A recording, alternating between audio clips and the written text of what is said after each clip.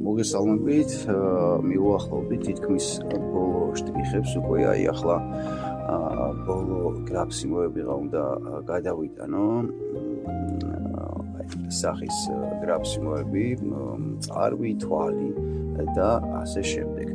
და სულ ბოლოს იქნება აი აქ ჩაეხატება წარწერები, ამ შემთხვევაში წმინდა სპირიდონ ტრიმიფუნტელი და ნეგრა იქნება გადასატანი ესკიზიდან და ესკიზი დაასრულებს უკვე თავის საქმეს. რაც შეეხება აქამდე მოსვლას, აი ასე მოვედით და მხოლოდ დაგვრჩა სახის გრაფსიმოები, ხელის გრაფსიმოები და წარწერები. გამოიზარეთ მეგობრებო, ჩემი გვერდი. ავიც თუ მოგწონთ რა თქმა უნდა და ვნახოთ როგორი გამოვა. შეგვეციოს წმინდა სპირიდონი ყოველს.